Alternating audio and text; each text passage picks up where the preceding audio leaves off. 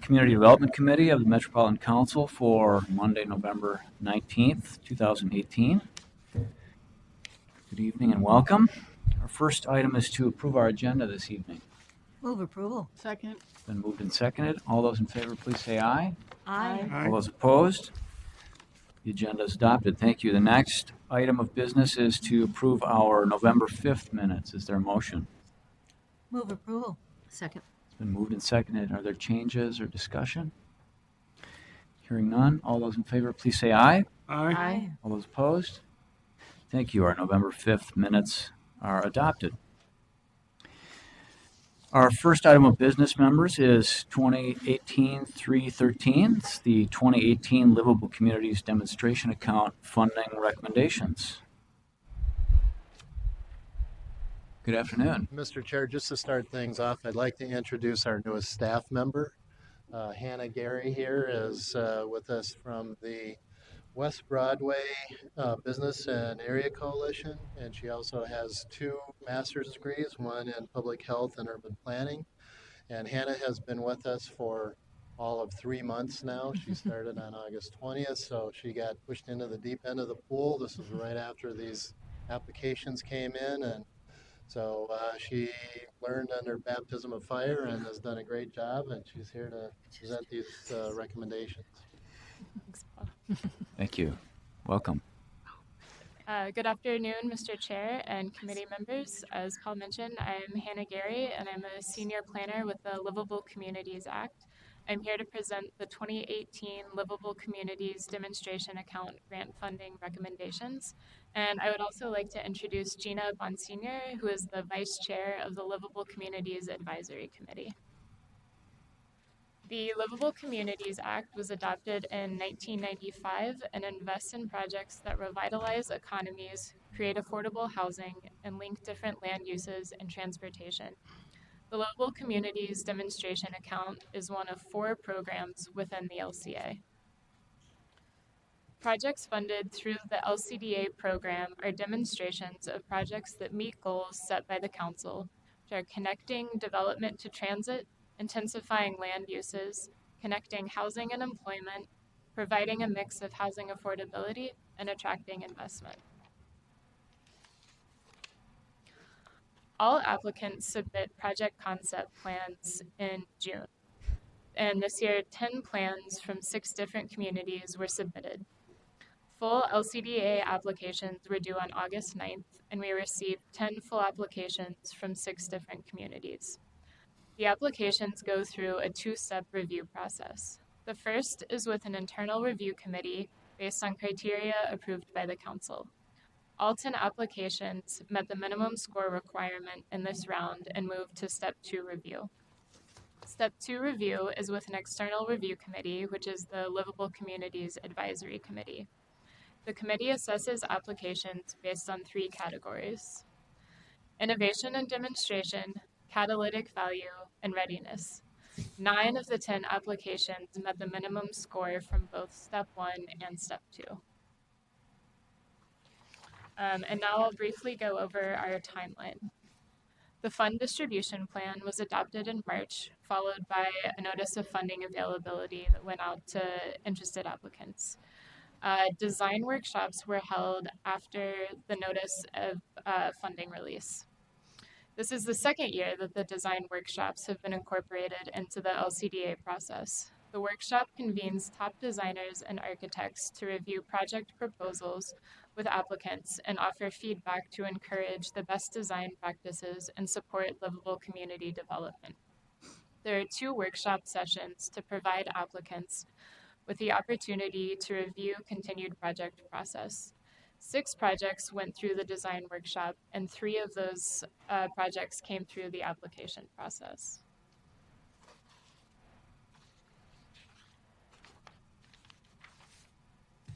In 2018, the Council made $9.5 million available for LCDA development and pre-development. $250,000 of that was allocated to LCDA pre-development funds. 1 application came through in the spring round and was awarded $100,000. This left an additional $25,000 available for LCDA development projects. 10 full applications came in this round with requests of over $9.75 million. There's an additional $2,250,750 available in unallocated LCDA TOD funds. The advisory committee is recommending that the council transfer these remaining funds to the LCDA development program for a total of $11,525,750 to be available for funding additional projects. Today, the advisory committee is recommending funding 8 projects. The committee action today will go to the full council on December 12th. While the advisory committee cannot recommend the council allocate more than 40% of funds to projects in Minneapolis and St. Paul, they're suggesting that given there's a surplus of funds and the demonstration value of all of the projects we received this year, the council fully fund all 9 eligible projects. Council guidelines state that no more than 40% of available funds in a grant cycle may be awarded to projects located in Minneapolis and St. Paul. This guideline was confirmed in the most recent fund distribution plan, which was adopted by the council in 2018. The council may make a recommendation against this guideline when there are additional available funds and the project shows significant demonstration value. Because additional funds are available through the LCDA TOD program, the advisory committee finds significant value in each of the eligible projects. They're suggesting that the council allocate additional funds to the LCDA development program and fully fund all eligible projects. So proposed action 1 would adhere to the 40% council guideline, would fully fund 7 projects and partially fund 1 project for a total funding amount of $8,739,824.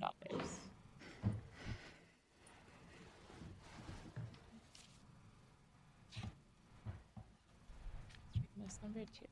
Yeah. Sorry. There's 2 options. Proposed option 2 would waive the 40% guideline and fully fund all eligible projects due to a finding that the 2 projects from the Central City applicants had significant demonstration value. This option 2 would have a total funding amount of $9,562,754. So this is the funding breakdown of requests and the advisory committee funding recommendations. And again, the advisory committee cannot recommend that the council allocate more than 40% of available projects to Minneapolis and St. Paul. 9 of the projects met the minimum score requirement of 60 to be considered for funding.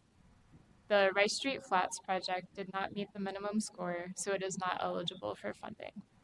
To maintain the 40% funding limit for Minneapolis and St. Paul projects, the committee is not recommending funding for the Capital Professional Office Building Redevelopment project and is recommending partial funding for the Minneapolis Apprenticeship and Training Center project. This is presented as option 1. With the addition of available funds from the LCDA TOD program, there are sufficient funds to fully meet the requests of both projects. The committee suggests that the council use these funds to fully fund all eligible projects. The committee found significant demonstration value in both the Capital Professional Office Building project and the Minneapolis Apprenticeship Training Center project and believe they would further the goals of the LCA. This funding scenario is outlined as option 2. And I'm now going to hand things over to our Vice Chair, Gina, and she will help present the projects that we received this year. Thanks, Hannah. So I'm going to talk about the Gateway Northeast project. This project is a mixed-use, mixed-income project in Northeast Minneapolis. In partnership with Common Bond Communities, the City of Minneapolis is proposing 75 units of affordable housing ranging from 30 to 60% area median income, as well as 50 market rate units. The 13,500 square feet of retail space will house neighborhood-oriented retail and provide a new home for an arts-based nonprofit organization. The organization will offer programming for both building and neighborhood residents. Recommended funding is for the full request amount of $1,650,000. LCDA funds will be used for stormwater management, renewable energy in the form of solar, overhead utility relocation, and site acquisition. Gateway Northeast is expected to include 17 total FTEs, increase net tax capacity by an estimated $191,000, and leverage an estimated $28,750,000 in private funds. The project will also include, I don't know what that's from. Okay.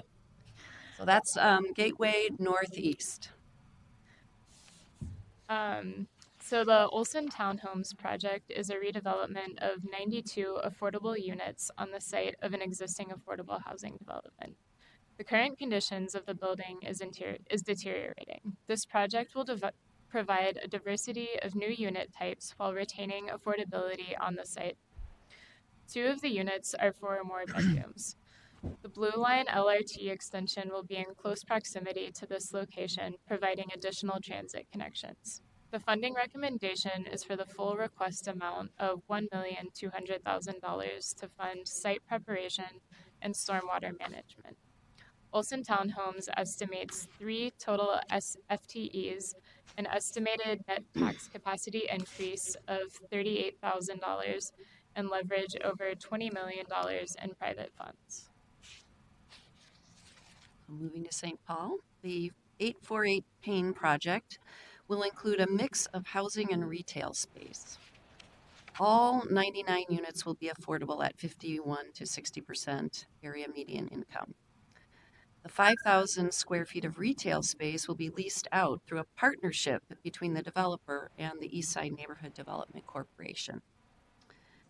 The project team is also partnering with Xcel Energy as well to support sustainable development efforts. And it will create an estimated increase of $103,000 in net tax capacity, support 24 total FTEs, and leverage $21,500,000 in private funds. So the funding recommendation is for the full request amount of $269,500 to support site preparation, bike parking, and stormwater management. The Village Creek Apartments is a mixed-income housing project on a currently vacant site owned by the Brooklyn Park Economic Development Authority. There will be 83 new housing units, 17 of which are affordable at 31 to 50% area median income. The proposed commercial space will include a community commercial kitchen that will offer educational and entrepreneurial programming.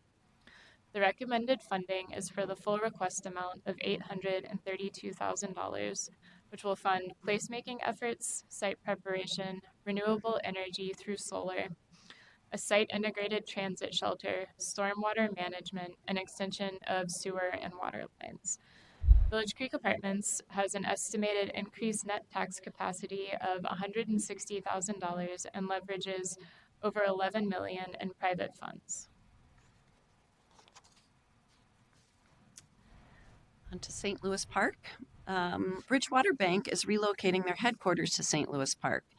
As part of the new development, they are including an entrepreneur and co-location space that will be open to anyone. The project team is working with potential partners to provide technical assistance to businesses working in the entrepreneurship space.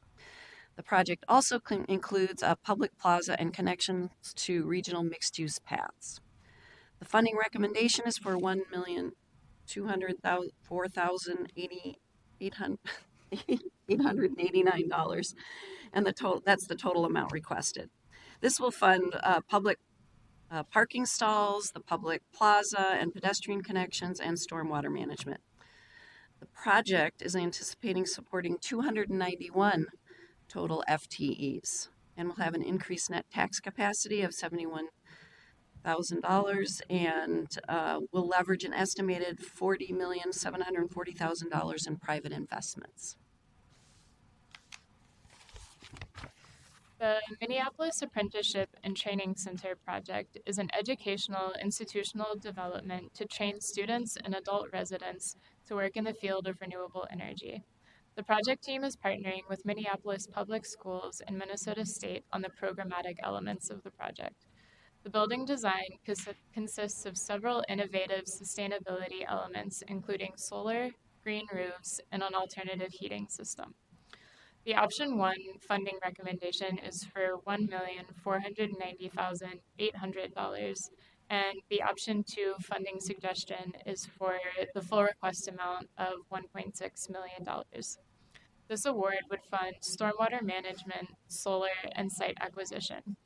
The project will support an estimated 14 total FTEs, generate 21,000 in increased net tax capacity, and leverage almost $1.5 million in private funds.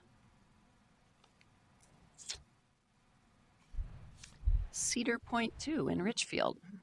This is a housing development that creates 298 new housing units, all market rate. 218 apartments and 80 for-sale townhomes. The project introduces new housing types in the area and fills a need for market rate housing. The development also includes design features to mitigate sound from the airport. The recommended funding amount is for $1,189,000, the full amount requested.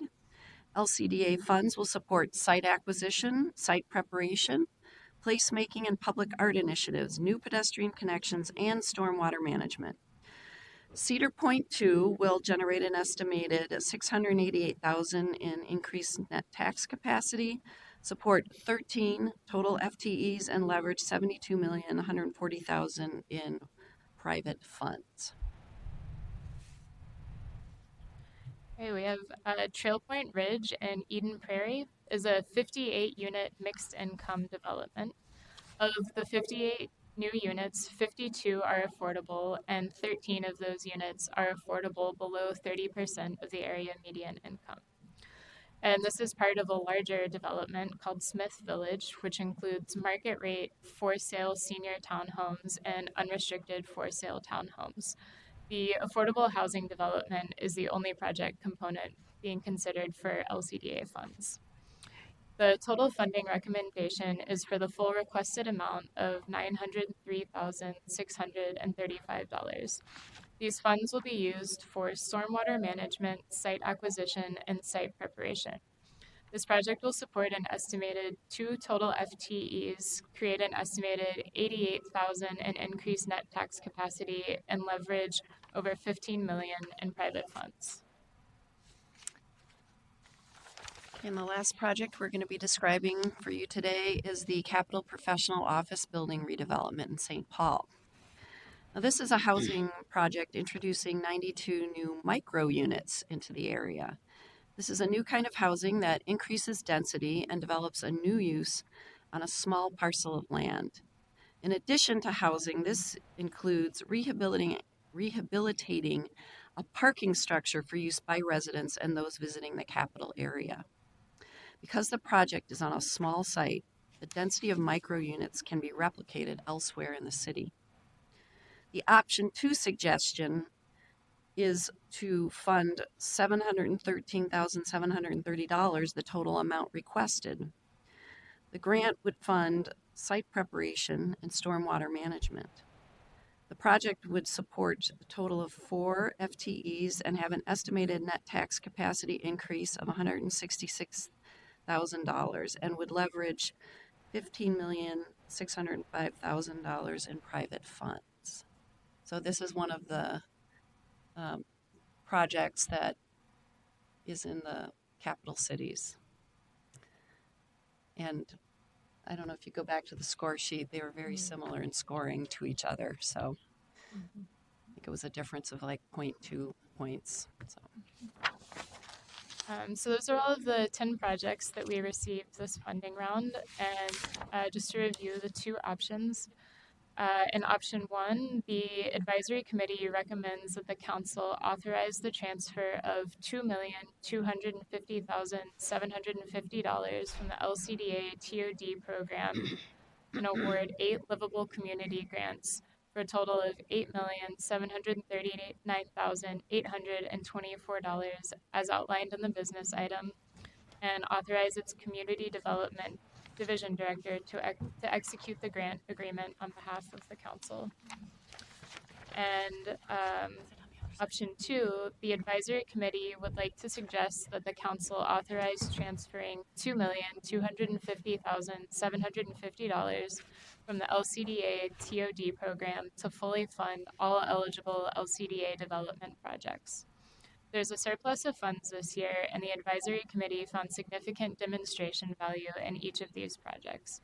They believe that the projects will further the goals of the Livable Communities Act. Option 2.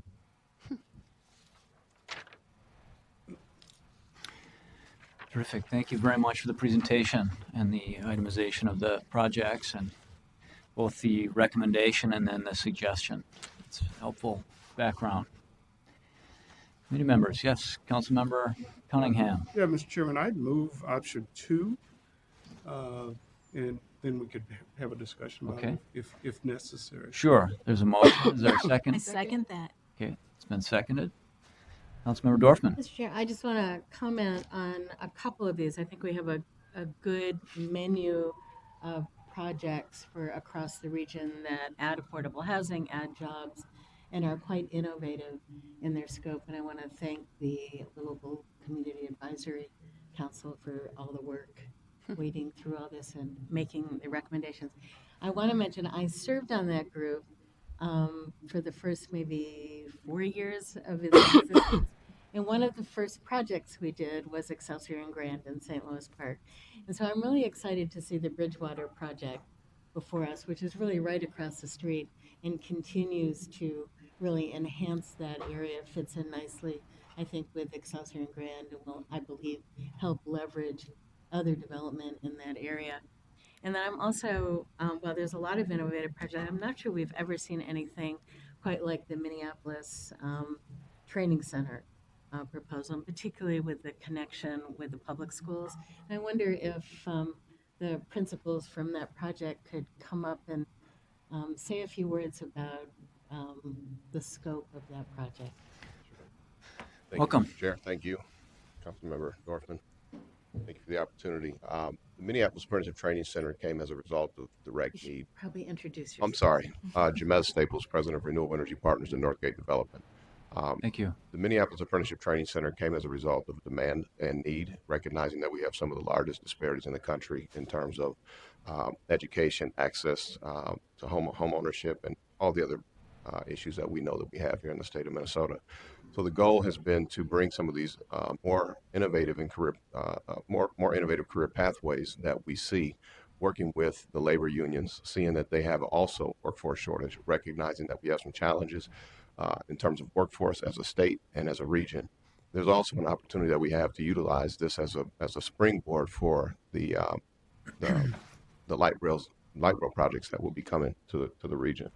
We know that there's a ton of jobs that are going to come as a result of this, and this is how we can start to truly address some of the equity and training pieces that we need to make sure that we have the students from the public schools as well as adults in the neighborhood and the region at large trained and ready to go. Mm-hmm. Thank you. Any other questions, comments? Thank you. Thank you. Thank you. Councilmember Munn. Mr. Chair, I just want to thank Jamez for his tenacity in meeting with all the council members and meeting with all the partners involved in the community that will make this project a success. Councilmember Wolf. Thank you, Mr. Chair. I think it's certainly reasonable to do option 2 since we have more than enough funds. The purpose of those limits is if there's not enough funds to go around. Clearly, there's more than enough funds to go around. And in the interest of having getting through all of our agenda items, since we have a lengthy agenda, perhaps we could just go ahead and vote, because I don't think there's any question here which way it's going to go. Okay. Thank you. Mr. Chairman, just before you Councilmember vote, I just Cunningham. wanted to be on the record in total support of the the Apprenticeship and Training Program Center, which is in my district. I've worked and saw Mr. Staples' work over the years to bring this to fruition. So I'm really happy to be here today, hopefully with the support of my colleagues in moving this through to the next level. I think it's a transformational project in the heart of North Minneapolis. Thank you. Thank you. I think there's a lot to support here, particularly in that project, but really among the whole roster. I'm really excited about this package. Councilmember Mott? Mr. Chair, I concur with Council Member. Well, all the suburban projects have been funded, and I applaud the City of Eden Prairie for including 14 three-bedroom apartments in their Trail Point Ridge project. Thank you. And thank you for highlighting that. That's a market need that you've been highlighting for a period of years. So thank you for your work on that. Okay, members, unless there's other discussion, I'll take a vote. All those in favor of the motion, please say aye. Aye. Those opposed, motion carries. Thank you very much.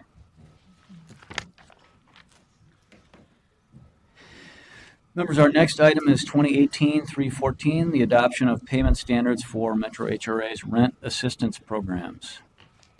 Terry Smith, welcome. Yeah, thank you. Good afternoon, Mr. Chair, members of the committee. First item I have before you tonight is the recommendation and adoption of payment standards for the council's rent assistance programs. You will recall a quite lengthy discussion we had at the November 5th CDC meeting and then again at the November 7th Committee of the Whole meeting. So what you're hearing today is an actual recommendation of what I heard from you all during those discussions. So I think I could move through this pretty quickly since most of this is duplication from what we've already discussed. But the proposed action before you today is that the Metropolitan Council adopt amounts listed in Table 1, which I will show you in a few slides, of the business item as payment standards for the Housing Choice Voucher and other rent assistance programs. You will recall that payment standards are really rent limits that are issued to the voucher families as they're out shopping for an available unit on the open rental market. These limits are reviewed each year after HUD issues what we call fair market rents. At the federal level, they're issued for all metropolitan and non-metropolitan areas in the country. And then HUD charges the council and other housing authorities with adopting rent limits between 90 and 110% of the fair market rents.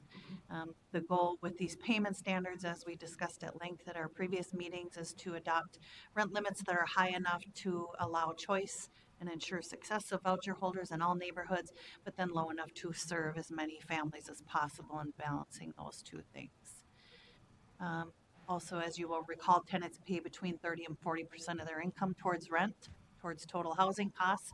If they rent a unit within the rent limits or within the payment standards, they pay 30% of their income. If they rent a unit above the payment standards, then they pay 30% of their income plus the difference. And there's a 40% maximum at initial move-in for families to pay no more than 40% when they initially move into a unit. As the fair market rents increased substantially this year, 5.6 to 6.8%, depending on bedroom sizes. That can have significant budget impacts, which we've discussed at length, and I'll touch on today as well. We currently have two sets of payment standards. We have what we call regular standards that serve most of the HRA's 96 communities, but then we have exception standards, which are higher rent limits for 13 high rent communities. I'll show you a slide on the next slide will show you a map in the communities that have those higher standards. Then again, we reviewed some scenarios at the 11/5 CDC meeting and the November 7th COW meeting. So we reviewed 3 scenarios, and what you're seeing today is scenario 3, if you recall those scenarios. This is a map. I know it's hard to read. Hard for me to read, probably for you too, but the gray areas include all of Metro HRA service areas. So we serve with our rent assistance programs all of Anoka County, all of Carver County, and then suburban Hennepin and Ramsey. So you'll notice that both St. Paul and Minneapolis are whited out on this slide because that's not part of the council's service area for the voucher program. The communities in blue are the exception higher rent communities that we're recommending the higher rent limits for. And here's a table of the proposed recommendation today. So the first column is the bedroom size. The fair market rent is listed for each bedroom size. We have current basic standards, and then next to that I have the proposed basic standards, followed by a column of our current exception standards, and then the proposed exception standards. All are, I'm recommending an increase to all bedroom sizes in all communities. And remember what scenario 3 was, that was the targeted increase. So it's doing a higher increase for 1 and 2 bedrooms where we know tenants are having the most difficulty finding those units within the payment standards, and then still an increase for 3s, 4s, 5s, and 6 bedrooms, but not as much of an increase. This slide is a duplicate from what you saw a few weeks ago, and this shows scenario 3. So the program level impact is the federal HUD reimbursement. So we're projecting that we'll get $57.7 million next year in subsidy funding from our federal partners. And that under scenario 3 is a $2 million shortage to serve and issue all vouchers. The council, the current 2019 proposed budget that you've already seen and have discussed at length included $1.1 million to help the Housing Authority issue all vouchers. If we adopt scenario 3, that would be an additional $900 ask in the budget. And that budget will be coming through for your approval and full council approval. And that proposed budget will include this additional $900 per the recommendations I heard a few weeks ago from you all and other council members. You may recall that the options we presented at those previous meetings were either to reduce vouchers by 100, so reduce our program size by 100, reduce community choice, and what we meant by that was remove the exception communities, or to subsidize by 900,000, an additional 900,000. I have that in green because that's what I'm recommending today. It's not part of the formal recommendation that will come through with the unified budget presentation. And the rationale for this is to allow participants choice of rental units in all Metro HRA communities, including ensuring that families that get a voucher can actually use it, avoiding concentrations or more concentrations in the lowest cost communities of the region, reduces rent burden to families, so it reduces the percentage of families that are paying more than 30% of their income towards rent. Under this scenario, the $900,000 additional ask allows us to serve all families and issue all of our vouchers. And then this option and this recommendation remains consistent with the Thrive Will statements that encourage the council to adopt higher rent limits and higher rent communities, and then allow choice in where families choose to live with their voucher.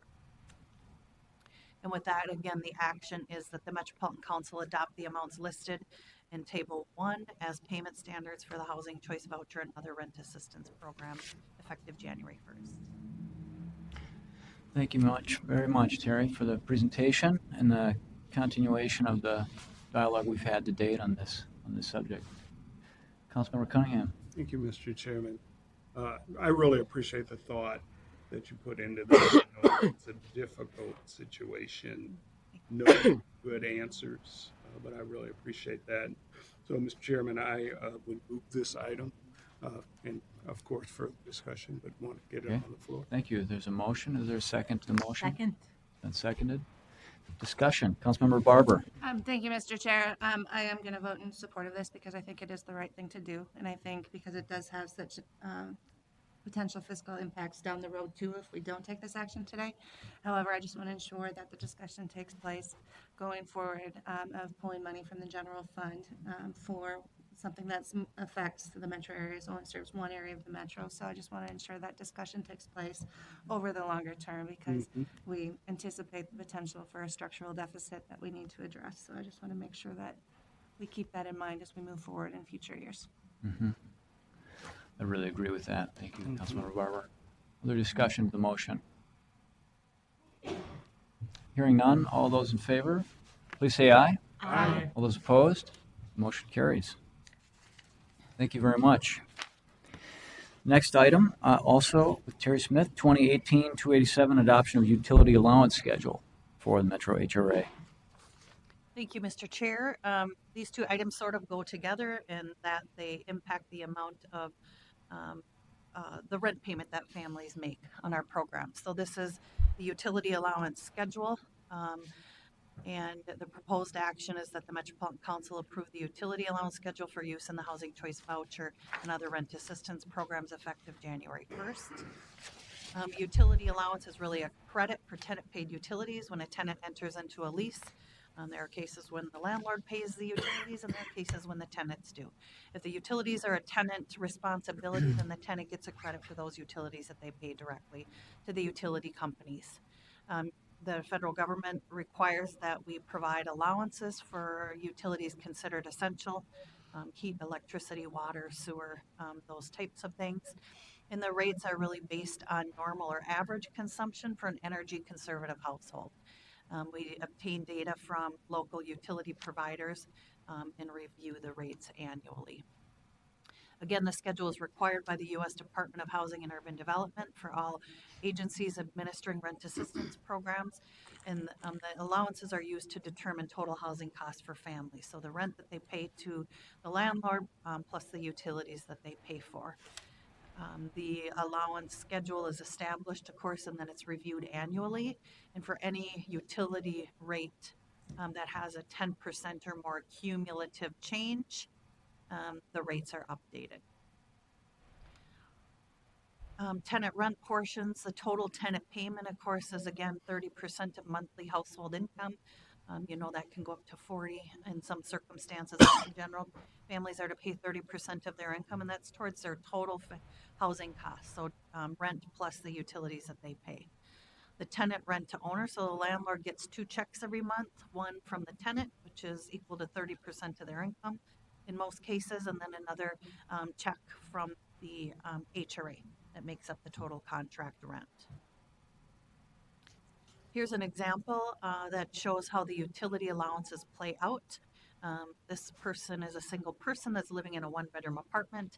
Say the rent is $900. This tenant happens to pay for electricity for lights and cooking, and on the allowance chart that's worth $44. So the gross rent is $944 for this tenant. Say this tenant has a total monthly income of $1,300. You'll remember that from our previous discussions. That's an average income of our the families on our programs. 30% of that is $390. Then the tenant gets that credit for $44 for the utility allowance. So the check that the tenant's making to the owner each month is $346, and then the housing authority makes the difference of $554 directly to the owner. The utility rate review that we completed this year is unsubstantial. The only rates that changed by 10% or more is bottled gas, heating oil, and sewer. We have 0 families living in units where they're paying bottled gas or heating oil. And so really the impact comes from the sewer change. Electricity and gas stayed the same. The most impact comes from electricity. We have about 62% of our families living in apartments where they're generally responsible for paying the electricity.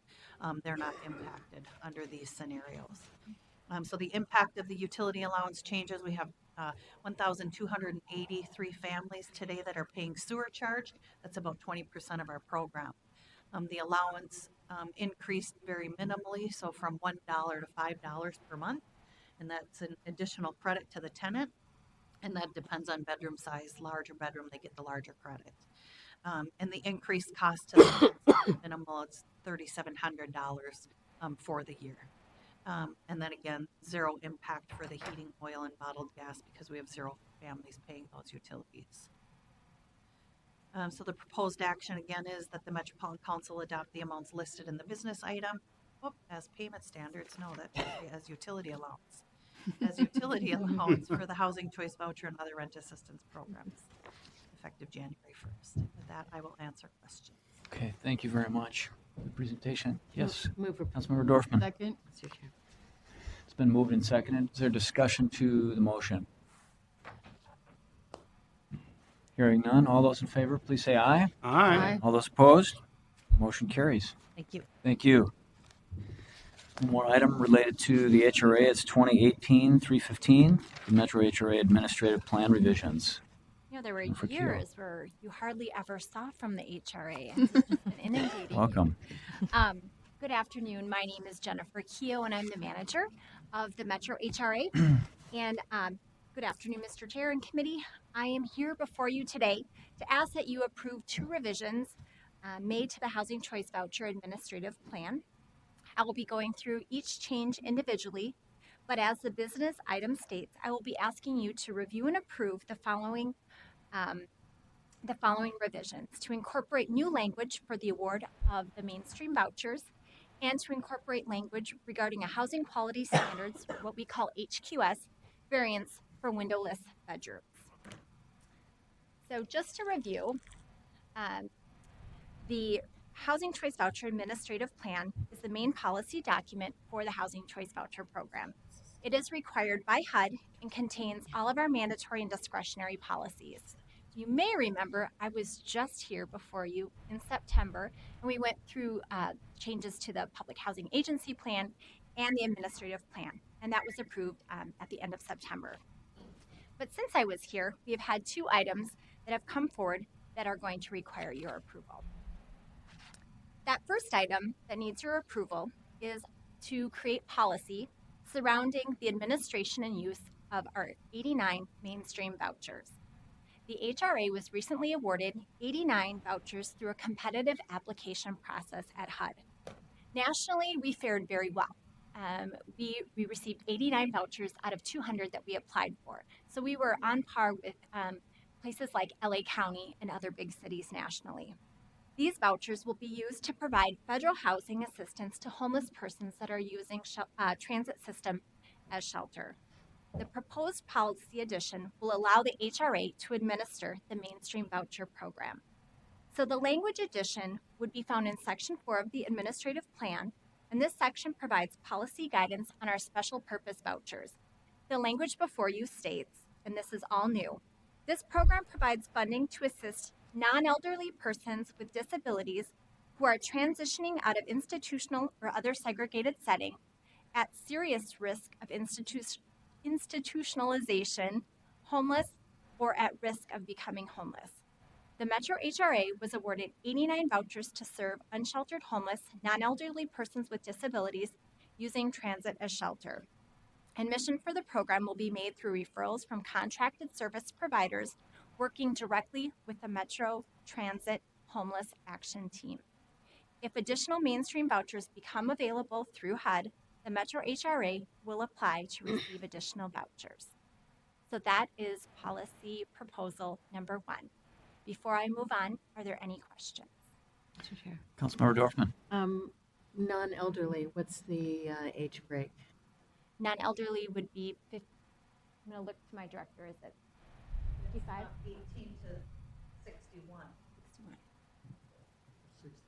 So maybe if I could follow up, so if there's somebody who's 65, who's unsheltered and riding the train, they're not eligible for one of these vouchers. Is that right? Mr. Chair, Councilmember Dorfman, I'll. Mr. Chair, Councilmember Dorfman, that's correct. They would not be eligible. Didn't know that. And that's federal regulation. So the pot of money that we received was through the mainstream voucher program. Yep. And so what I've put out here is what the eligibility requirements are with those vouchers. Okay, thank you. Any other questions? I don't believe so.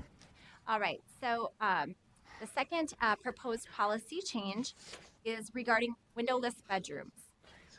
We have had several housing developers reach out regarding our federal HQS requirements surrounding bedrooms and windows. The developers had new floor plans that provided additional bedrooms, but they didn't have windows. However, the units have large openings, they've got other unit windows, and they provide an abundance of natural light. These new 2 and 3 bedroom units with one windowless bedroom are coming onto the market in what we would consider opportunity areas. So due to inspection standards that require all bedrooms to have a window, families have been unable to access these units. And you all know that our rental market is very tight, so requesting a variance to our criteria made good sense. The Metro HRA requested and received a HUD variance to the HQS inspection criteria. This variance will provide access to additional units without compromising safety. The HRA is required by HUD to amend our administrative plan to include the policy language specifying the use of the variance. So the proposed language in Chapter H, which is over HQS, in this section provides an opportunity to spell out our local requirements and clarification of HUD requirements. So the language we have added states, and you can see it where it's new language is underlined. And I don't know why I think I have a Vanna White advancing my slides. I'm sorry. So the language that's new is underlined. Any room for sleeping must have a window or an openable door to the immediate exterior. So where it's new is unless it meets the eligibility criteria for a HUD-approved variance for the windowless sleeping rooms. To be eligible for the variance, the unit must be newly constructed or rehabilitated in a multifamily development and must meet all state and local building fire codes. So again, we are adopting this recommended policy would allow the administration of the mainstream vouchers and allow families to access an increased number of units in quality housing projects in good locations. So at this time, I will take questions and ask for approval on the proposed action before you. Thank you very much. Are there questions, committee members? Councilmember Vaughn. Mr. Chair, Jennifer, can you remind us how many homeless people are using the transit system as shelter? I'm curious if we can help 89, how many people can't we help? Mr. Chair, Councilmember Munt, on any given night, according to the most recent point in time count, we had about 250 folks using transit as shelter. Thank you. And I think just to tag off your comment, I think this is an important step in what I see as kind of growing integration, a joint strategy across the divisions of the council. So I want to say thank you again for to those in each agency who are really working toward a shared strategy on this. I think it's really important and worth sharing with partners. Councilmember Dorfman. I just want to add, in response to Councilmember Munt's question, the HAT team, the Homeless Action Team, will be trying to connect people to these vouchers, but they'll also be trying to connect people who are homeless, unsheltered, riding the trains to other housing opportunities that are available, whether it's through group residential housing or other means. So it's not just we're going to get 89 people housed and then we're done. Yes. Thank you. Thank you, Mr. Chair and Councilmember Dorfman. Thank you for that. I suspect that we will be providing you updates as we move forward. And you're absolutely right, Councilmember Dorfman. This is just one very small piece of what we're doing towards this issue. Councilmember Wolf. Move approval? Second. Been moved and seconded. Is there discussion to the motion? Hearing none. All those in favor, please say aye. Aye. All those opposed? Motion carries. Thank you. Thank you. Members, our next item is 2018-321 City of Edina's Mixed Use Center and Office Residential District Density and Building Height Comprehensive Plan Amendment. Good afternoon, Made it. Mr. Chair. My name is Michael Larson. I'm a senior planner and local planning assistant, and indeed this amendment, this item is a bit of a mouthful.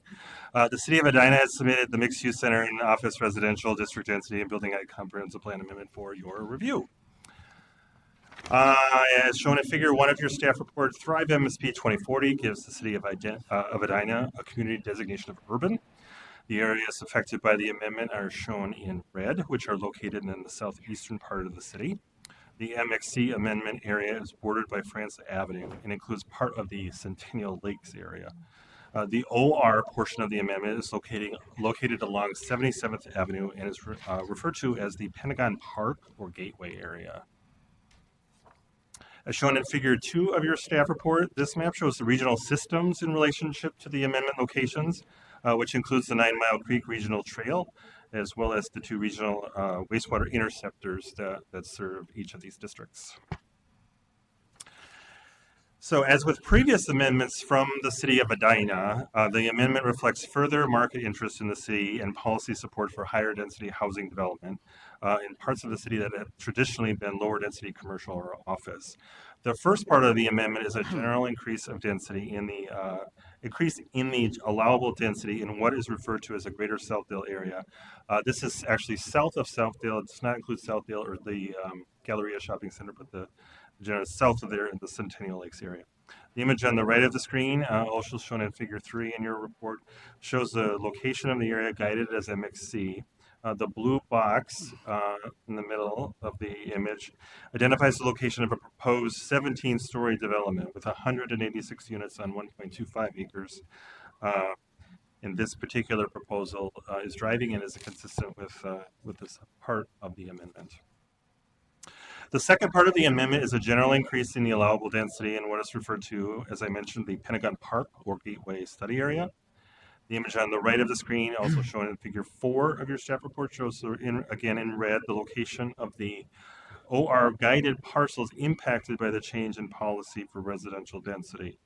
This is actually a subset of parcels with this guiding land use where the city is increasing the allowable density range.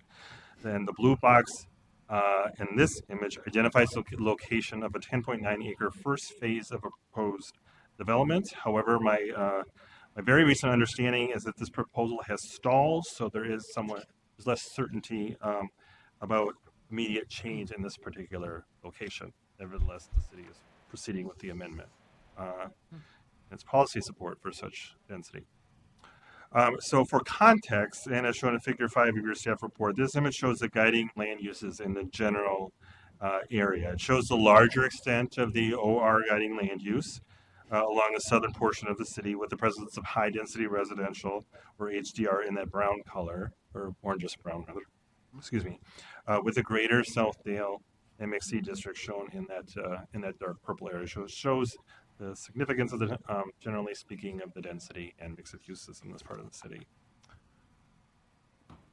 So as part of the analysis, staff worked with the city to propose a commensurate forecast adjustment that reflects the change in market demand and policy support for growth. This is the third and largest of major forecast increases for Edina.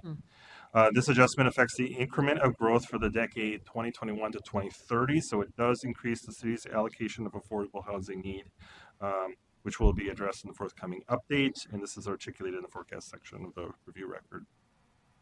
The city has requested an extension for the 2040 update, and we are working with the city to identify potential further adjustments to these numbers, which will likely be, again, somewhat higher. So, and again, part of our analysis, the Metropolitan Council Environmental Services staff evaluated the regional wastewater capacity for both of these areas, concluded that there is sufficient capacity long term. And furthermore, Metro Transit staff see the potential for additional density and mix of uses, provided there is funding to support existing transit and potential improvements in transit. So our findings are that the proposed amendment conforms to regional system plans, is consistent with council policies, and is compatible with the plans of adjacent and affected jurisdictions. And the proposed action for you today is to adopt the attached review record and allow the city of Edina to place the mixed-use center and office residential district density and building height comprehensive plan amendment into effect. 2, to revise the city's forecast for population and households for each of the decades as shown in Table 1. 3, to revise the city's allocation of regional affordable housing need for the 2021 to 2030 decade to 1,220 units. And advise the city to implement our advisory comments in the review record for transit, forecasts, land use, and housing. And Mr. Chair, that concludes my report. Great. Thank you very much, Mike. Are there questions, council members? Just a comment. I mean, Councilmember Elkins. this reflects the fact that there's seems to be an almost insatiable demand for multifamily housing in the area around Southdale, and the city is amending its comprehensive plan to basically reflect market realities of the demand. I think this is part of a larger pattern where when we first issued our population forecasts and related systems plans at the beginning of the decade, I think we generally got a lot of pushback from the closer in cities saying, oh no, we will never grow this much. And a lot of pushback from the outer ring suburbs saying, oh no, we can grow much faster than this. And so that we have negotiated changes to the population forecast. And I think what we're now seeing is that the actual development is, basically justifying what what Libby and Todd and company thought that the demand would originally be. Thank you.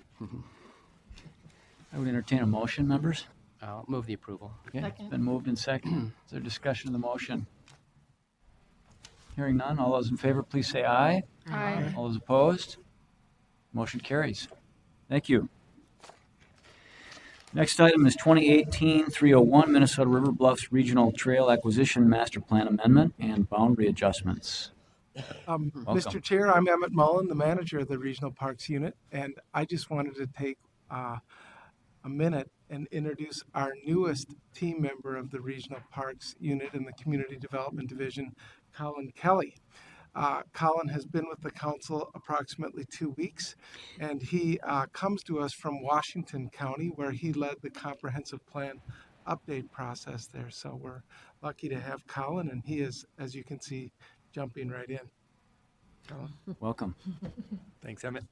Good afternoon, Mr. Chair and council members. As was stated, I am Colin Kelly, planning analyst in the Parks Unit. Today, I'm here to present the Minnesota River Bluffs Regional Trail Acquisition Master Plan Amendment and boundary adjustments on behalf of my colleague Tracy Kinney, who is on a much-needed vacation. The proposed acquisition is located in the eastern part of Carver County, as you can see by the blue arrow and black oval shown here. The existing trail network connects the communities of Carver and Chaska northeast to Eden Prairie, Hopkins, and downtown Minneapolis, the Minnesota Valley State Trail just south of Chaska, and local trails in area communities. A quick reference to demographics. Currently, about 85,000 people live within 3/4 of a mile to 3 miles of the proposed trail segment. This is significant because there are currently about 102,000 people in the county overall. When combined with the almost 5,000 people who live within 3/4 of a mile, almost 90% of the county's population lives within the core and extended service areas of the trail. That's kind of a big deal. There are a lot of potential trail users in this area. Although the Minnesota River Bluffs Regional Trail is an existing trail, its connections to other regional trails managed by different implementing agencies and with different trail names make this discussion a bit more complex. In fact, the context of this master plan amendment is really 3 existing trails. My colleague Tracy likes to call it a organized bowl of spaghetti, which I think is apt considering the figure before us. To orient you to what you see here, Carver County's Minnesota River Bluffs Regional Trail is shown in black. It has a 2011 council-approved master plan that was amended in 2013. Carver County's Southwest Regional Trail is shown in yellow. It has a 2006 council-approved master plan that was amended in 2016. And finally, Three Rivers Park District's Minnesota River Bluffs LRT Trail is shown in green. It is recognized as part of the regional park system, but does not yet have a council-approved master plan. The area circled in purple is the segment that is proposed to be acquired from the Hennepin County Regional Rail Authority.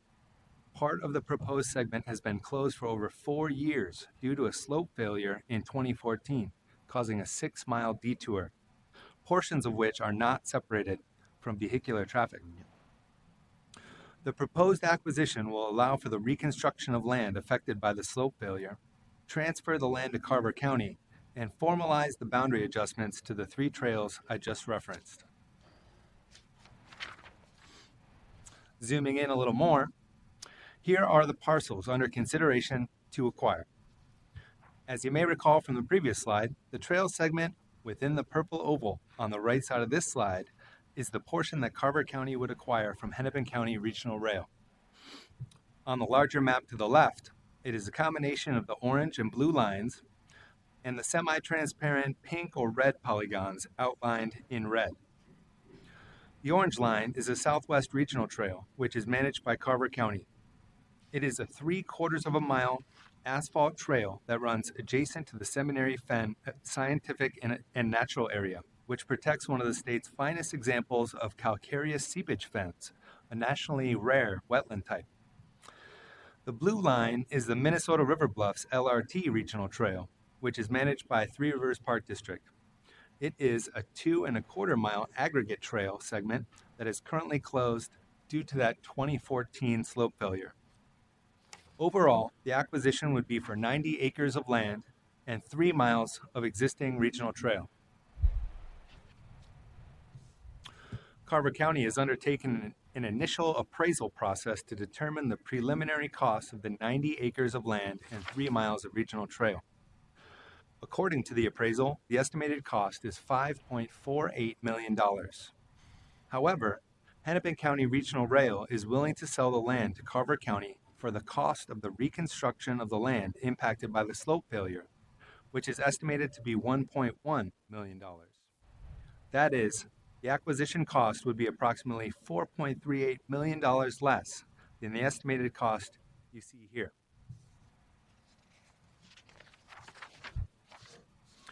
Proposed findings. Council staff have found the proposed acquisition master plan amendment and boundary adjustments consistent with the requirements of the 2040 Regional Parks Policy Plan, specifically Planning Strategy 1, which focuses on master plan requirements, and Planning Strategy 3, which focuses on joint powers agreements. The proposed action or actions before you include 4 components, the first 2 of which appear here. First, approve Carver County's Minnesota River Bluffs Regional Trail Acquisition Master Plan. Second, approve the boundary adjustments transferring the following regional trail segments to Carver County's Minnesota River Bluffs Regional Trail Master Plan. 3/4 of a mile portion of the Carver County Southwest Regional Trail from County Road 61 in Chaska to Bluff Creek Drive in Chanhassen, and 2¼ miles of Three Rivers Park District's Minnesota River Bluffs LRT Regional Trail from Bluff Creek Drive in Chanhassen and extending to the eastern county line near Pioneer Trail in Eden Prairie. Third, direct Carver County to work with Three Rivers Park District to develop a timeline and use agreement outlining the transfer of management responsibilities to Carver County of the 2¼ miles of the Minnesota River Bluffs LRT Regional Trail. And last, but certainly not least, inform Carver County that it must submit the Minnesota River Bluffs Regional Trail Development Master Plan Amendment for Metropolitan Council approval prior to requesting any funding for development. I should note that the Metropolitan Parks and Open Space Commission unanimously approved the proposed action at its meeting on November 8th, and Councilmember Wendy Wolf was present for that action. With that, I will stand for any questions or comments you may have. Thank you. Thank you very much. Thank you. Councilmember Barber. Thank you, Mr. Chair. Very happy to see this happening. This will make many people in my district very pleased because they do not like the 6-mile detour very much. But I was wondering now, as this happens, what would be the next steps in actually getting have they conveyed what the next steps are to actually get the trail repaired? Mr. Chair, Councilmember Barber, the next step will be to go to the Legislative Citizen Commission on Minnesota Resources to request the purchase of the acquisition of this segment to use Environment and Natural Resources Trust Fund dollars, because the trail is currently owned by a public entity, the Hennepin County Regional Rail Authority, for transportation purposes. In order to approve that, they have to pass it adding it to the work plan by a supermajority. So if that works, then we will come to the Metropolitan Parks and Open Space Commission later that same day. It's at LCCMR on December 4th, and we have a Parks and Open Space Commission meeting on December 4th also. So that's the order. Thank you. Yeah, thank you. Thank you. Councilmember Elkins. So, Emmett, bottom line for me, when does the trail get fixed? Because the detour really is dangerous. Mr. Chair, Councilmember Elkins, we've missed this construction season, is my understanding, and so my guess is that if this gets through, we would repair the trail early next construction season in 2019. Because I do recognize that people have been waiting since 2014 to fix this, and we have certainly been hearing from many people on this trail. Mm-hmm. Councilmember Wolf. Well, it looks like there's other comments. I was going to move approval, but if people want to talk some more. Second. Okay, it's been moved and seconded. Councilmember Munn. Quick question, Emmett. Was it flooding that caused the destabilization? It was a significant rain event, so really heavy rains in 2014. And Councilmember Barber. Thank you, Mr. Chair. There was a very significant rain event in July of 2014, and a lot of roads and trails in Scott and Carver County were significantly affected, and this was one of them. Mm-hmm. And so they tried to work through FEMA to try and get it fixed, and that didn't work. So it's been sitting. Councilmember Munn. Mr. Chair, I am really pleased about this because one of the things I think it shows is the maturity of our light rail system. Yeah. My first internship was for Hennepin County Commissioner John Darris, and at the time he cut a deal where in the metro people wanted trails for light rail. In southern Minnesota they wanted it for horseback riding, and in northern Minnesota they wanted it for snowmobiling. That's how HICRA got this land many, many years ago. And it's good to see that now that Southwest and Botno are advancing in the federal queue, we can free up that land for trails. Agreed. Thank you. Sir, other discussion to the motion? Hearing none, all those in favor, please say aye. Aye. All those opposed? Motion carries. Thank you. Thank you. Welcome.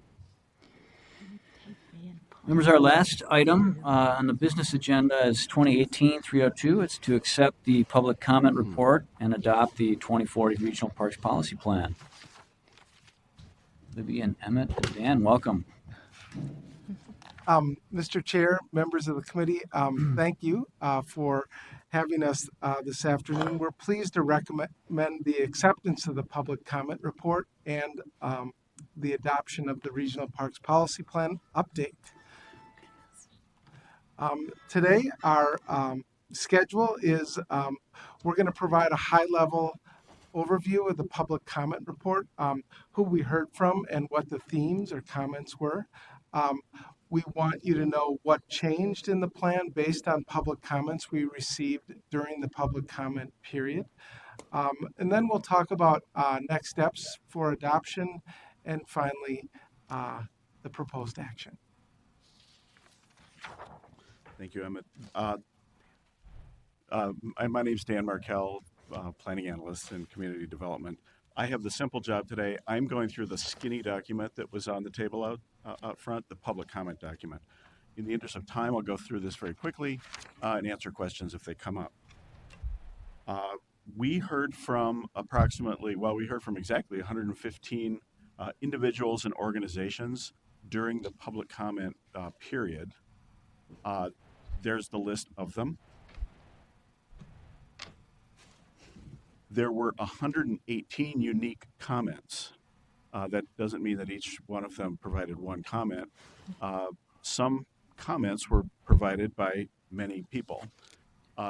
This slide kind of shows you how you read the document. So when you have time to go through it all in detail, this is how to do it. What I've shown you here in this slide is two comments that are next to each other, comment 14 and 15. There are 118 of those comments. Some comments were made by multiple commenters, and we grouped them in themes. So there's kind of a fine sorting and a broad sorting. The actual comment text is that fourth column, and you can see these two comments give you an idea of the kinds of differentiation we were making. Both of these comments were about the equity toolkit, but one of them talked about increasing the accountability for the equity toolkit. The others simply indicated support for having the equity toolkit. And then the last column is the staff response that's in the public comment report, and where it's appropriate, it also refers to text in the final document, so you can trace back to what changed in the document. There were, I think, 17 themes, if I recall the number correctly, starting with appreciation and going all the way through trail system coordination. These are themes that we constructed based on how the comments group themselves. You can see there were a couple of equity ones, although equity was mentioned in, for instance, some of the financing ones. We just took the main theme from them. Next. And here's a chart that shows generally what's the spread of interest in each of those different topics. Funding was pretty identifiable as a main category, so it gets the most together. But depending on what you're looking at, you could add some of these other columns together. So equity was a big one, funding was a big one, natural resources was a big one, split out. Next. Oh, and I'm done. Mr. Chair, council members, I'll pause for any questions if there are any questions for Dan about the public comment report. I quite be done. Mr. Chair. Yes, Councilmember Elkins. Councilmember Chavez. Thank you, Mr. Chair. Not a question, but just an observation. When I was going through this on the weekend, I was just chuckling that the only park listed in here is Lebanon Hills. Thanks. I think that's a sign you're doing a good job raising the profile of the update. Well done. Mr. Chairman, if I could. Councilmember Cunningham. Let's just say we learned a lot through this process, and I think one of the things we learned is this issue of having, and I heard a lot about this from folks. One, I want to thank staff for their great work on this, but I also want to say that this issue of having a red line version available became a bigger deal than it had to be. And so in the future, I hope we can have red line versions out for people to see what the actual changes are in the document. Because I heard a lot about equity for sure, and access and opportunity with this plan. Clearly not everything I wanted is in here, but I also know that there was great attempts to ensure that equity is going to be a feature part of what we do moving forward. So as I said to the chair of the committee, you don't always get your way, but sometimes you can nudge things in the right direction. And I think that's what I was doing, was nudging it in the right direction for future discussion. But I do think also that the fact that we had so many people participate in the process, that it was out there for people to see, that we will end up with a much better regional park system because of this plan. So I plan to vote for this today, even though not everything I wanted is in there. But I'm trying to set a tone, a part of reaching across the aisle and working with others, which I don't think we're doing at the federal level very well, and sometimes even at the local level. So I think it's important for us to make sure that we can bend when we need to, and realize that we're not always going to get our way. But I will continue to fight for these issues of equity, access, and opportunity for communities that have been marginalized here in the Twin Cities. Thank you on all counts. Let's proceed. So, Mr. Chair, council members, my name is Libby Starling. I am your Director of Regional Planning here at the council, and I get to start the segue into what changed as a result of public comments.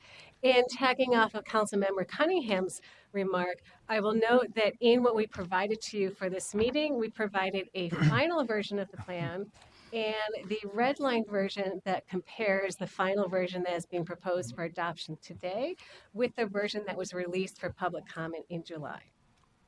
So in terms of the overall timeline, as you may recall, our public comment period concluded in September. We compiled all of the comments that Dan provided to you. And then in terms of the process, on October 1st, there was a joint meeting between yourselves, the Community Development Committee, and the members of the Metropolitan Parks and Open Space Commission to talk through what some of the key issues of conversation were coming out of the public comments. We also had a meeting subsequent to that with the council members on our council member working group.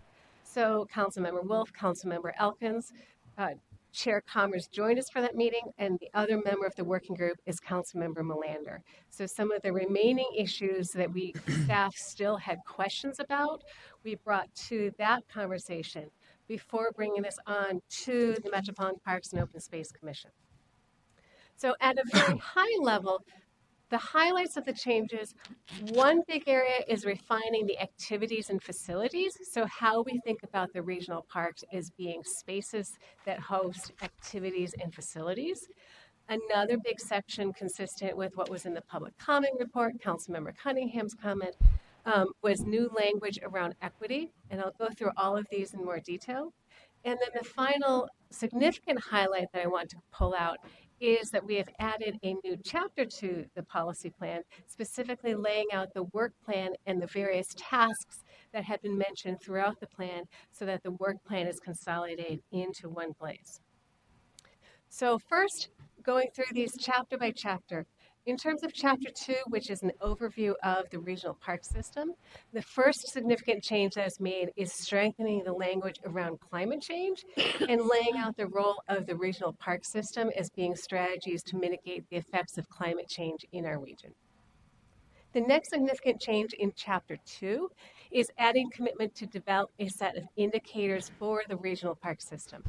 As you may recall, one of the sub-themes that emerged in the public comments was a lot of urging for more accountability around natural resource preservation, more accountability about how we're tracking, strengthening equitable use, an interest in change resilience and how the park system plays out. So we've added a commitment to develop a set of indicators that starts to lay the groundwork for how we pay attention to the pieces of the regional park system that are collectively important to us. In Chapter 3, the changes. Chapter 3 is the system plan. This is basically the chapter that lays out what exactly is in the regional park system. And there were a number of factual corrections that we made, and I think we did our very best to catch all of the mistakes. And many of our public commenters were very helpful in meticulously going through the plan. So I think we have a good system plan chapter. In Chapter 5, this is the planning chapter. We added an equity analysis tool. And this is something that we need to develop in partnership with the regional park implementing agencies and equity advocates. We will be doing that. This equity analysis tool is really going to help us understand who benefits and who's impacted by the proposed items in the master plan. Additionally, in Chapter 5, the planning chapter, we added the acquisition master plan section that clarifies how regional park implementing agencies in certain circumstances can acquire land not currently designated as part of the system. And this is basically capturing current practice of how this works. In Chapter 6, the system protection chapter, we clarified language for placing utility easements on parkland. Again, this was an attempt to better or more accurately describe how this process works. I thank Councilmember Wolf again for her help clarifying this. In Chapter 7, the Recreation Activities and Facilities chapter, this is a chapter where we talked about balancing conservation and recreation. That was in Strategy 1. We clarified the commitment to develop performance standards for secondary or support activities. And we also clarified the process in that first strategy for adding a new activity. So like if you're going to add something that isn't currently allowed. we laid out the process. Again, capturing current practice, but just better articulating how it works. Around Strategy 2, range of recreational opportunities. We really tried to capture the spirit of the conversation that occurred when the Community Development Committee and the MPOSC Commission got together and talked. Councilmember Munt, some of your comments around ensuring that not every regional park needs to be everything to everyone, really focusing on strengths or niches, that we added that language. In the third strategy around equitable use, we returned the language to strengthen equitable use from promote. There was a strong feeling in the comments that we received that strengthen is more measurable and therefore more preferable. Finally, I just wanted to underline trail system coordination. There's a lot of great work that is going on between the Regional Bicycle Transportation Network and the Regional Trail System. And I just wanted to reflect that we're reinforcing that commitment to coordinate those two systems. And thanks to Councilmember Elkins for his efforts in this area. Chapter 8. Chapter 8. So in Chapter 8, the first piece that I want to highlight is the language around equity considerations. So the first piece is that with the new equity analysis tool in the master planning process that Emmett mentioned a slide or two ago, we have now made the connection more clearly between the use of the equity analysis tool during the master planning process and then how that ties into requests for funding for specific projects, with the hope that the funding will be grounded in the equity analysis that happens at the planning stage, which gives an opportunity for a more expansive and more inclusive equity analysis as projects go forward. So with that, after significant deliberation, we did remove the project reprioritization from funding decisions language that has been a topic of multiple conversations, so that the responsibility for prioritizing local projects within each implementing agency's formula-driven allocation remains with locally elected officials. The other key change in Chapter 8 is the estimated cost to complete the system.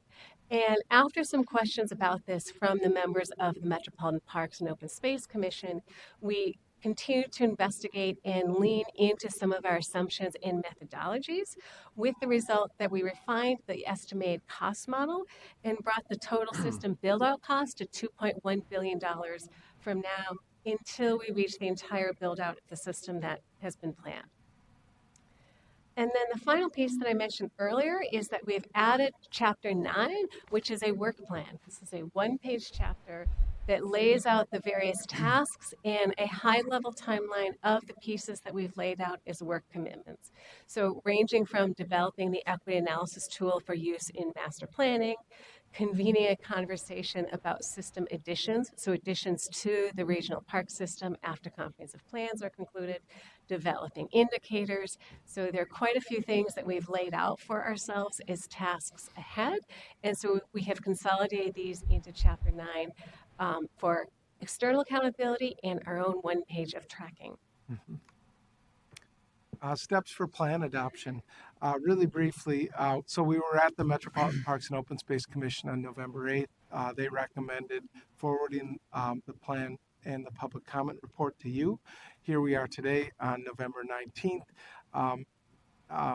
We're asking for your recommendation, and if we receive it, we'll go to the full council on November 28th. The proposed action is two parts. The first is accept the public comment report on the draft update to the 2040 Regional Parks Policy Plan and adopt the revised final update of the 2040 Regional Parks Policy Plan. So that's our presentation today. We'd be happy to take any questions. Thank you very much. That's a lot to present, and appreciate your doing it so succinctly. I guess I'd like to just say I'd like to offer some thanks, and I wrote out some notes so I wouldn't forget anybody. There's a lot of folks to thank on this very long-term process. Certainly Lisa Barajas, Emmett, Libby, and Dan. Also Tracy Kinney, who I understand is not here. Joel Hudding and his team involved in the research work. Claudia Fuentes managing some of the early engagement work, both with the public and with other stakeholders. And then also the councilmember work group, councilmembers Wolf, Elkins, and Melander.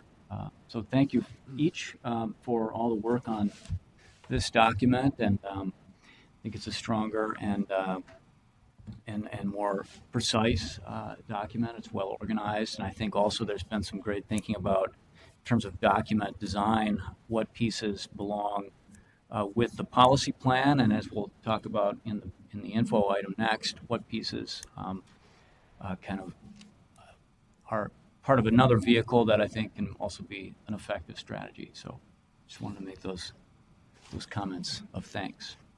Other comments? Councilmember Barber. Thank you, Mr. Chair. Very good work, and thank you for all the outreach that you've all done. Been at many meetings and really appreciate it. Just wanted to comment about the addition of the work plan, which I think is a great idea.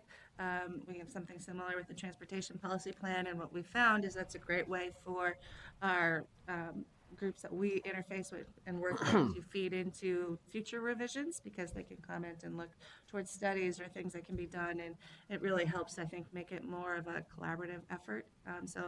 That's very well done. Thank you. Thank you. Councilmember Munn. Mr. Chair, folks, I too want to thank you, and it was difficult for me to give up the council having project prioritization and funding decisions. But I would very much like to see that the current $300,000 that's budgeted for the equity grant program be grown to include the investment earnings. My understanding is that decision will be happening first quarter of 2019, and that there's potential to add an additional $500,000, which would mean we would have $800,000 for planning that equity grant. One of the things that I've learned from our Equity Advisory Committee is that equity means that low wealth individuals and people of color are able to plan for and benefit from our investments. So the EAC would very much like to have a role in helping to plan the guidelines and having some review authority when those grants come, the requests come through. Thank you. Councilmember Dorfman. Mr. Chair, just wanting the date when this comes before the full council. I was on the previous slide, November 28th. Is it there? Sorry. Provided we move it forward this afternoon. Okay. Councilmember Chavez. Thank you, Mr. Chair. Thanks to staff for doing all this crazy work at times. Some of the advocates as well. And also with some tongue-in-cheek as far as Lebanon Hills. And I encourage all the residents that might have watched this or listened to the broadcast to really enjoy the regional parks. I just don't want to see you when I'm there birding. So, thanks. Councilmember Munn. Mr. Chair, there were 4 things that the Equity Advisory Committee requested after you met with them 4 times about this plan, and you have incorporated all 4 of their recommendations. The first one was that we would engage people of color and indigenous peoples. The second was that we would hire diverse staff who reflect the diverse makeup of our region. The third was that we identify and mitigate barriers to people of color and indigenous people using our parks and trails. And the final one was to make the regional parks more accessible for people with disabilities. You've recognized all 4 of those suggestions, and we thank you for that. Thank you. So I would entertain a motion if members find it appropriate. Second. It's been moved and seconded. Is there discussion to the motion? Hearing none, all those in favor, please say aye. Aye. Aye. All those opposed? The motion carries. Thank you. Thanks. Members, we have one more item. It's an information item related to the Parks Policy Plan. It's the Regional Parks Funding Allocation Policy and Regional Parks Fund Distribution Policy. Mr. Chair, council members, I'm Libby Starling, and this is such a fun topic that my compatriots have fled. So, talking about the exciting title of the Regional Parks Funding Allocation Policy and the Regional Parks Fund Distribution Policy. So, those of you who studied the redlined version comparing the draft for public comment with the previously adopted the 2015 version of the 2040 Regional Parks Policy Plan may have noticed that the version that you have just recommended for adoption does not include a significant amount of financial policy language that had been previously in the Regional Parks Policy Plan and that had been in Regional Parks Policy Plans in some cases for decades. So there was one particular snippet of language that we tried to see how long it had been in a Regional Parks Policy Plan and gave up with the 1991 Regional Parks Policy Plan. So there's a long history of having language about financial dimensions in the Regional Parks Policy Plan. And with the update, once the update is fully adopted, scheduled for November 28th, there's financial policy language that is orphaned outside of an adopted Regional Parks Policy Plan. So we've been in conversation at the staff level of what the best way is of picking up the finance-related language, the funding language, when it is no longer living in the adopted Regional Parks Policy Plan, perhaps even as soon as later this month. So as a way of moving this forward, we're looking at several documents, all of which are included in the information item in front of you. So the first piece that we're looking at, for those of you who have the information item, this is the short document that would be included in the council's policies. And this is a piece of this that is really a policy, would be a council policy that would set up authority for the council to have a separate regional parks fund distribution policy. So this policy is intended really to say that there is a fund distribution policy that is connected to the funding allocation policy. So this would provide the framework for that next document.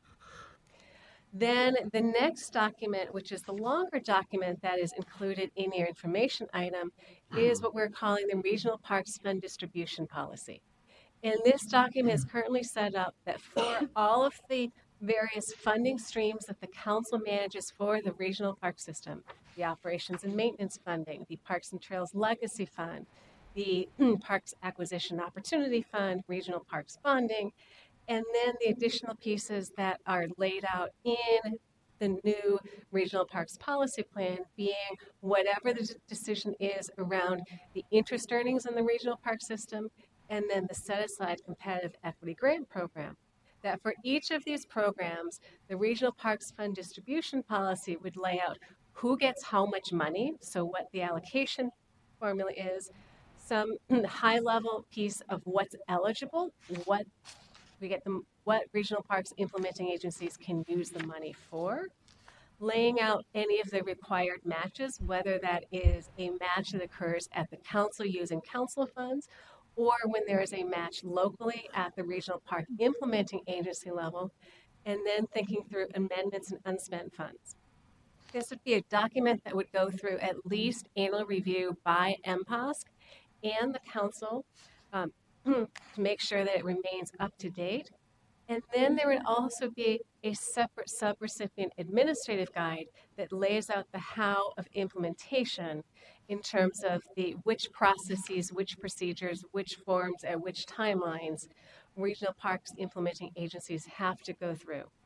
So what we're trying to do is set up the fund distribution policy to be a vehicle for holding the finance-related policies relating to the regional park system. What is currently before you is intended to reflect either current policies that are in the Regional Parks Policy Plan that have been removed from the Parks Policy Plan, or in some cases, existing practices. We have released a draft of this at earlier this month with MPOSC, and this has introduce some level of conversation with the implementing agencies as intended. So we're trying to keep this as not being any sort of policy changes that would be adopted, but recognizing that even looking at existing practices, there are opportunities for ongoing discussion with our partners about how to operationalize things. A moment ago, I mentioned that there was language that we could find dating back to the 1991 plan. This was in response to a concern that it was new language. And we discovered it was not new language. It was at least nearly 30-year-old language. But by elevating something into a separate document, rather than in a larger document, which people may or may not read every last section, particularly under chapters with headings like management and finance, we are daylighting various policies that in some cases merit further discussion, in some cases are leading to additional questions, both externally and internally. So what we're trying to do is take this forward so that there is a vehicle for this ongoing discussion about what should be in the parks policies, but we want to have a baseline, a solid foundation for those discussions and not leave the council without having any policies in place after the adoption. So right now we're trying to internally review the language, discuss the language, have conversations with some of our implementing agency partners. We'll be making revisions based on internal and external feedback. At this moment, we are hoping that we'll be able to take that baseline version to the Parks and Open Space Commission for their December meeting, and then that would subsequently come through both the Management Committee and the Community Development Committee, queuing up for a January adoption at the full council. And with that, I would be happy to take questions on this. Thank you. Other questions, council members? Councilmember Barber. Thank you, Mr. Chair. Just a comment. I think this is a good idea. I think that it'll be great to have some standalone documents because it seems like we're on somewhat of a constantly changing landscape depending what's going to come out of the legislature at different points in time. So this is a good way to capture that is on a more routine review cycle or a shorter time review cycle than the overall parks policy plan. So I think it's well timed. Mm-hmm. Yeah, I agree. I think too of the model of the Livable Communities Fund Distribution Plan, that it's just an instrument that is, I think, at the right scale, and that's a different scale than the policy plan. It feels like a good addition to the mix to me. Other comments? Okay, I hear none, so I guess we will stay tuned for the next steps as you describe them. Thank you very much, Libby. That is the end of our agenda, members. I would entertain a motion to adjourn. So moved, Mr. Chairman. Second. Been seconded. All those in favor, please say aye.